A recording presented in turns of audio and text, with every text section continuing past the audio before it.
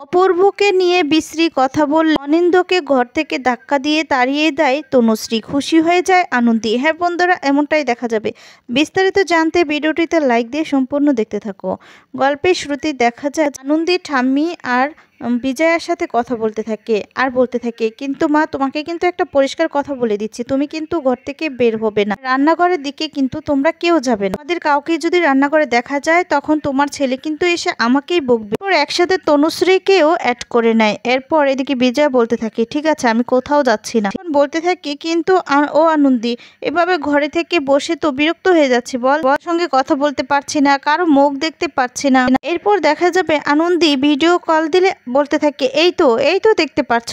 আর তখন ঠাম্মি বলে, ও মা, দেখতে পেলেই হবে শুধু, কিন্তু আমার সাথে লুডো কে খেলবে? আর একা একা লুডো খেলা যায় নাকি? এক সময় খেলতাম ঠিকই, কিন্তু পরে যখন তুই এলি তুই তো আমার অভ্যেসটা খারাপ করে দিয়েছিস নাথ বউ। আর তখন বলে, আমি নষ্ট করে দিয়েছি? আচ্ছা ঠিক আছে, আমি যখন নষ্ট করেছি তাহলে আমি একটা উপায় বের করছি, কিছু একটা ভেবে বের করছি। আর তারপরে বলতে থাকে, আচ্ছা চলো আমরা সবাই মিলে একসাথে গানের লড়াই খেলবো, বুঝতে পেরেছো? আর দাঁড়াও, আমি আরেকজনকে কিন্তু ডাকি, সে তো আজকাল আমাদের সাথে খুব মিলছে, তাই তাকেও তো প্রয়োজন। এই বলে দেখা যাবে কাকিমণিকে ফোন করে নেয়। আর কাকিমণি বলতে থাকে, ও মা, হঠাৎ করে ভিডিও কল দিলে যে? আর তারপর বলতে থাকে, হাই কাকিমণি, এই যে দেখতে পাচ্ছ যে সবাই আমরা একসাথে ভিডিও কলে আছি। আর তখন বলে, এই সময় তুমি আমাকে ভিডিও কল করলে, কি ব্যাপার বলো তো আনন্দী? আর তখন বলতে থাকে, অনেক কিছুই তো অনেক লড়াই তো হলো, এবার একটু গানের লড়াই হয়ে যাক, কি বললেন কাকিমণি? আর তখন বলতে থাকে, আমি গান গাইবো? না, আগে আমার মেয়ে গান গাইবে, তারপর আমি গান গাইবো। আমি কিন্তু আমার মেয়ের দলে। মা তনুশ্রী, একটা গান গাও না মা। আমি তো অবাক হয়ে যায়, বলতে থাকে, ও বাবা, কানে হলো কি? আর পান্তা ভাতে মাখলো ঘি? ঠাম্মি হাসতে থাকে। আর তখন আনন্দী বলতে থাকে, না বাবা ঠাম্মি, চুপ করো। তনুশ্রী দিয়ে গানটা শুরু করো। এরপর দেখা যাবে তনুশ্রী গানটা শুরু করে দেয়। তার সাথে সাথে কাকিমণিও গান গাইতে থাকে। এদিকে দেখা যাবে বিজয়া গান গাইতে থাকে। আর সবার গান শেষ হয়ে যায় প্রায়। তারপরে দেখা যাবে আদি এসেছে। আদি এসে আনন্দীকে ডাকতে থাকে। আর আনন্দী বলে, আচ্ছা তোমরা গানের লড়াইটা খেলতে থাকো, ভিডিও কলে কথা বলো, আমি বরং ফোনটা রেখে দেই।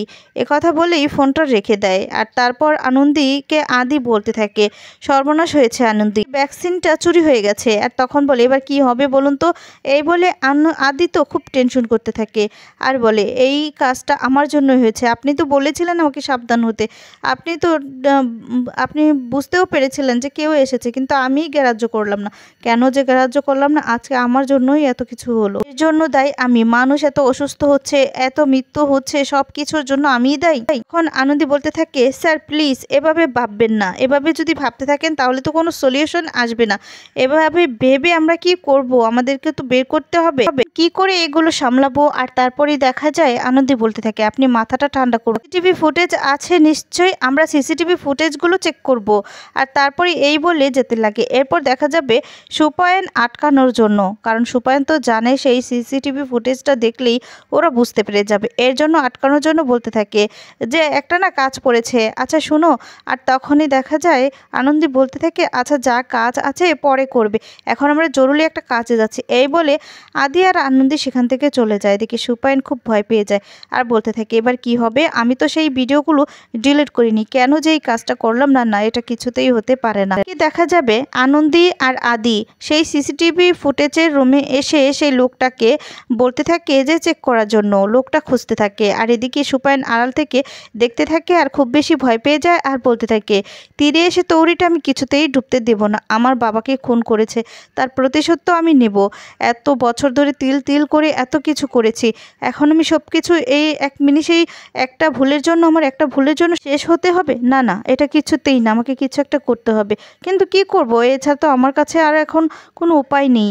আর তখন দেখা যাবে এদিকে সিসিটিভি ফুটেজগুলো খুঁজে পাওয়া যাচ্ছে না।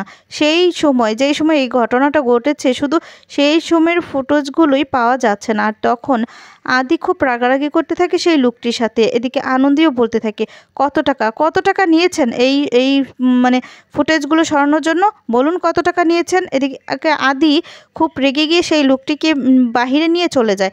আর এদিকে আড়াল থেকে সুপায়ন সব কিছু শুনে খুব খুশি হয়ে যায়, বলতে থাকে ওই ফুটেজগুলো ডিলিট হয়ে গেছে, যাক বাবা বাঁচা গেছে।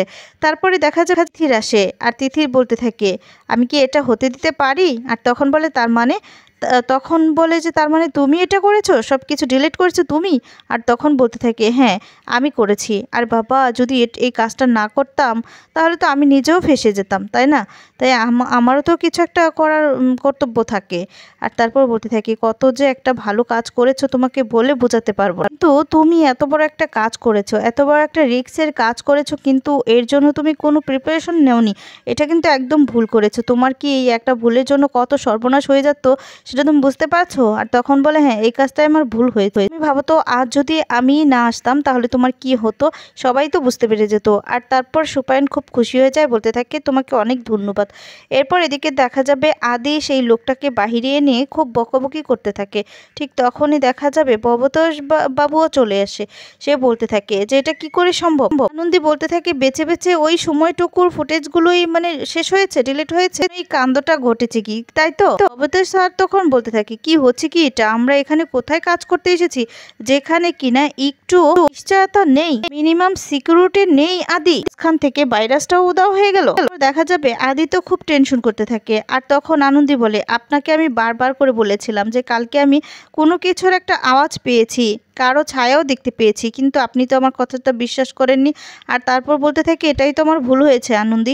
সুপায়ন মনে মনে হাসতে থাকে আর সেই সমস্ত কথাগুলোই ভাবতে থাকে, রাতের কথাগুলো। এরপর আনন্দী খুব অস্থির হয়ে যায়। এদিকে আদি বলতে থাকে না না আনন্দী আমার ভুল, আমি আসলে একটু কনফিডেন্স হয়ে গিয়েছিলাম, আমার বোঝার উচিত ছিল, কেন যে আপনার কথা শুনলাম না। তারপর ভবতোষ স্যার বলতে থাকে যে আরে এখন কি করে কি হবে সেইগুলো ভাবলে তো এখন হবে না, এখন সেই সময়টা নয়, এখন ভাবতে হবে যে আমাদের সলিউশনটা কি, আমরা কি করে এটা সমাধান করতে পারবো, কেউ কেন ওই ভাইরাসটাকে চুরি করতে যাবে। আর তারপরে আনন্দী বলতে থাকে যে আচ্ছা রিচার্জ করার জন্য তো কেউ আবার এটা চুরি করেনি। এরপর দেখা যায় ভবতোষ স্যার বলতে থাকে যে হ্যাঁ এটাও হতে পারে, আর নয়তো কেউ মানে ক্ষতি করতেও এই কাজটা করতে পারে, কোনো সৎ উদ্দেশ্য নিয়ে এই নির্মলা 99 ভাইরাসটি চুরি করেছে।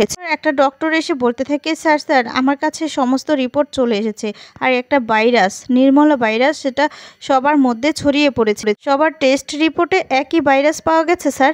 আনন্দী বলতে থাকে এবার বুঝতে পেরেছেন তো স্যার কোত্থেকে কি হয়েছে? এরপর ভবতোষ বাবু বলতে থাকে যে আরে ভাইরাসটা তো ছড়াতে শুরু করে দিয়েছে, এটা তো আটকে থাকবে না, পুরোটা ছড়িয়ে যাবে। পূর্ব তখন বলতে লাগে হ্যাঁ এটা তো ছড়িয়ে পড়বে। আর তখন ভবতোষ স্যার বলতে থাকে যে আমাদের এক্ষুনি কিছু একটা করতে হবে, আমাদের হাতে সময়। পর এদিকে সুপায়ন আর তিথির হাসতে থাকে আর বলতে থাকে নির্মলা 92 এই ভাইরাস থেকেই ছড়াচ্ছে, এটা তো সুখবর। আচ্ছা যাই তিথির গিয়ে ব্যবস্থা করি সবকিছু, এই বলে সুপায়ন সেখান থেকে চলে। এদিকে দেখা যাবে বাহিরে প্রেস মিডিয়া সবাই চলে আসে, আর এদিকে জনগণরাও খুব রেগে থাকে আদির উপরে।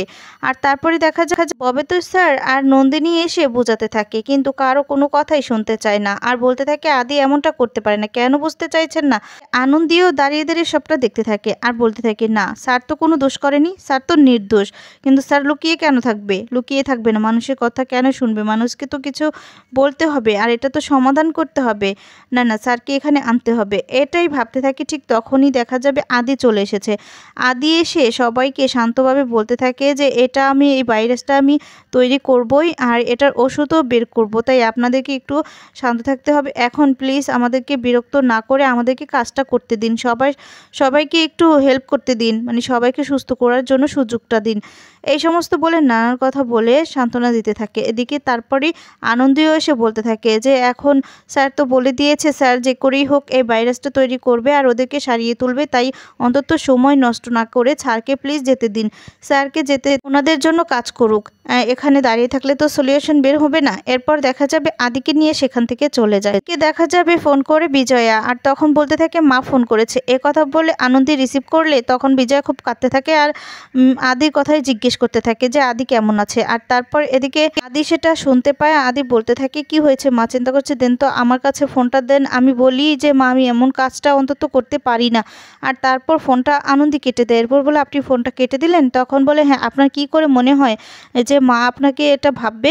মা মানে দুনিয়াটা উলটপালট হয়ে যেতে পারে, সবাই ভাবতে পারে, কিন্তু মা অন্তত আপনাকে অবিশ্বাস করবে না, কারণ উনি হচ্ছে মানে ওনার একটা অংশ হচ্ছেন আপনি, আপনাকে অবিশ্বাস করব। আপনি ঘাবড়ে যাবেন না, আমাদের এখন দুটো কাজ, এক হচ্ছে যে এই কাজটা করেছে, আরেক হচ্ছে সবাইকে সারিয়ে সারিয়ে তোলে। বলে দুটো কাজ একসঙ্গে কি করে করব? আর তখন বলে আপনি চিন্তা করবেন না, আপনি সবাইকে সারিয়ে তুলুন, আমি এই কাজটা করব কে করে। এই কথা বলে আনন্দের হাতটা জড়িয়ে ধরে সেখান থেকে আদি চলে যায়। এদিকে দেখা যাবে তনুশ্রী ফোন করেছে অপূর্বকে, আর তখন ভালো মানে খোঁজ খবর নিতে থাকে যে কেমন আছে কি করছে। আর তারপর এদিকে দেখা যাবে যখন অনিন্দ্য যেতে লাগে, অনিন্দ্য তখন তনুশ্রীর কথাগুলো শুনতে পায়। শুনতে পেয়ে খুব রেগে গিয়ে দরজাটা ভেঙে ভিতরে ঢুকে তনুশ্রীকে নানানভাবে বাজে কথা শোনাতে থাকে। আর তখন তনুশ্রীও রেগে যায়। এদিকে আনন্দীও সবটা দেখতে থাকে অপূর্ব যে কথা বলছে তনুশ্রীদের সাথে, আর খুব খুশি হয়। এদিকে দেখা যায় তনুশ্রী অনিন্দ্যকে উচিত শিক্ষা দেয়, বলতে থাকে অপূর্বদাকে নিয়ে যদি আরেকটাও বাজে কথা বলে তাহলে সে চুপ করে থাকবে না। আর আমি এখন ডিভোর্সি, তাই আমি যা খুশি তাই করতে পারি। অন্তত তোমার মতো তো বউকে পাশে রেখে প্রেমিকাকে মানে মেসেজ করি, এগুলো তো করি না। এখন তোমার বউ নই, এই বাড়ির কেউ নই, তাই তুমি আমাকে এই সমস্ত বলতে পারো না। এই বলে ধাক্কা দিয়ে অনিন্দ্যকে বাহিরে বের করে দেয়, মুখের উপর দরজাটা লাগিয়ে দেয়। আর এদিকে আনন্দ পূর্বর সাথে তনুশ্রী কথা বলছে, এটা শুনে খুব খুশি।